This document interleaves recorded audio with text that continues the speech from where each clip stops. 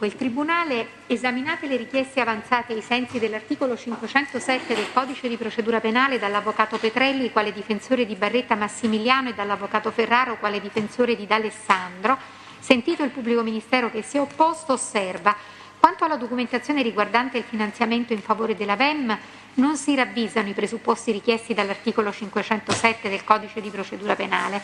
Peraltro si tratta di documentazione riguardante un finanziamento che avrebbe chiesto il Barretta, dunque nella sua disponibilità.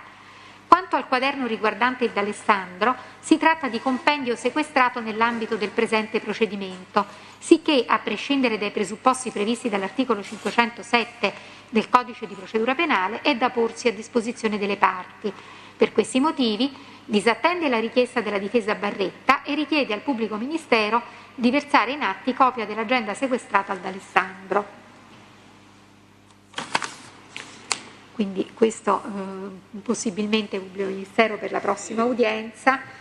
Grazie.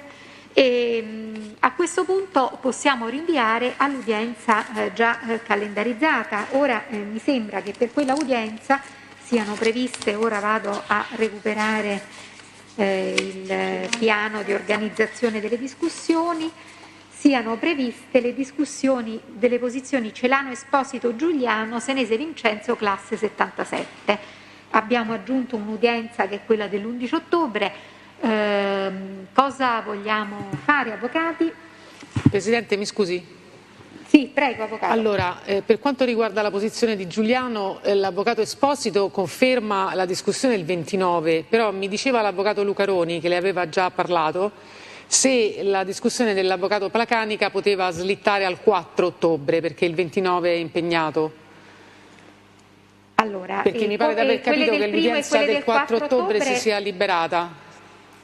Ma come si è liberata? Vediamo sì, un attimo, Presidente, perché vorrei ecco. Quella del 4 ottobre era quella dove c'eravamo io e l'avvocato Spigarelli per le posizioni Senese Michele e Raffaella Gaglione, che siamo slittati all'11.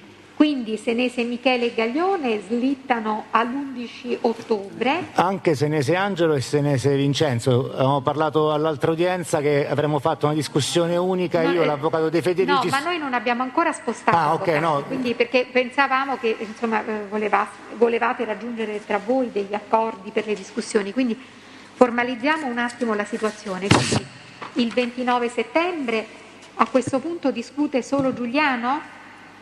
O ci sono altri difensori dei rimanenti? Che io sappia è confermata la posizione di Giuliano. Solo Giuliano, quindi il 29 di settembre discute solo Giuliano. No, stiamo facendo un attimo il calcolo. Il 1° ottobre discutono quindi Leone, giusto? Leone. Mastrosanti. Mastrosanti.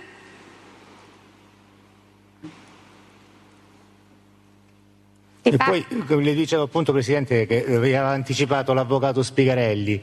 Noi appunto perché ci siamo divisi i compiti, le 4 posizioni Senese Michele, Gaglione Raffaella, Senese Angelo e il figlio classe 90 Enzo, chiediamo di discutere tutti insieme l'11 in modo tale che... Me le ripeta un attimo, Senese Michele? Raffaella Gaglione, Senese Angelo, Senese Vincenzo classe 90.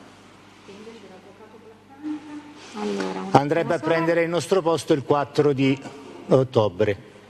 Il 4 ottobre. Senese Angelo e Vincenzo 90, giusto? E quindi il 4 ottobre dovrebbero essere a questo punto Celano Esposito e Senese Vincenzo classe 77? Esatto, e poi ci sarebbero anche per l'attività ovviamente le dichiarazioni di Michele Senese il 4 ottobre, in modo tale da occupare parte di quell'udienza, signor Presidente. Quindi Celano Esposito, Senese Vincenzo 77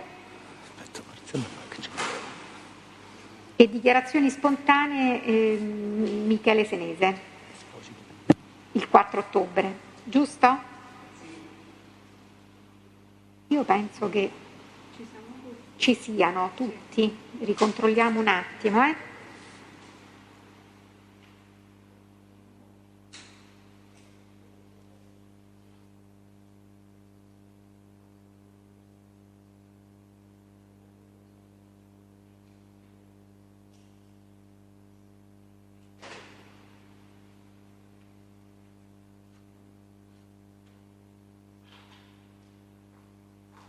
Va bene.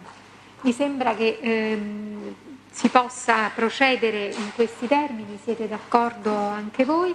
Allora, a questo punto verbalizziamo il nuovo programma.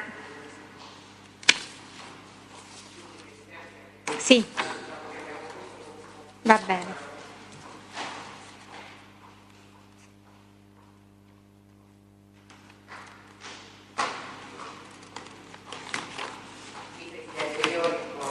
Sì.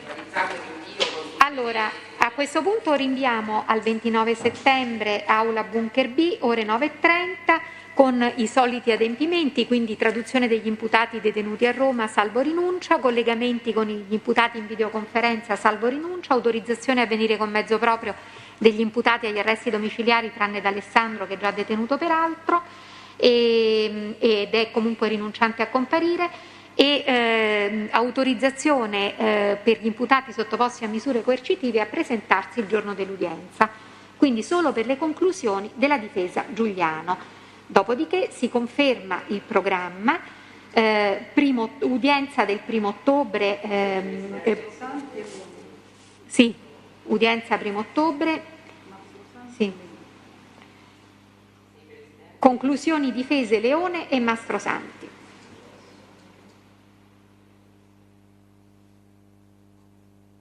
Mastrosanti. Udienza 4 ottobre, conclusioni difese Celano, Esposito,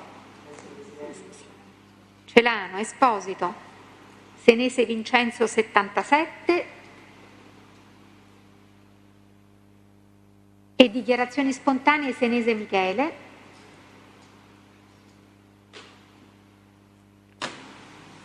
(11 ottobre) conclusioni difese Senese Michele, Gaglione.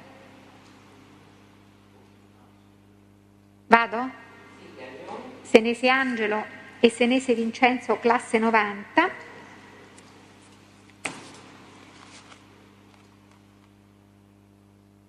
Si conferma udienza del 20 ottobre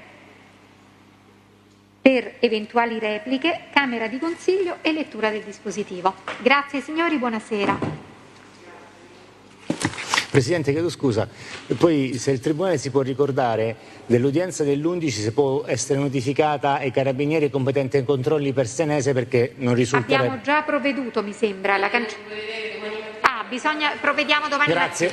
Grazie. Va bene.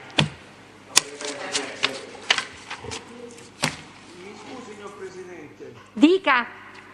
A che ora viene rinviata quella di Giancarlo Vestiti? A che ora? Viene rinviata l'udienza di Vestiti? Il 29 settembre, ore 9:30. Tutte le udienze sono alle 9:30. Grazie.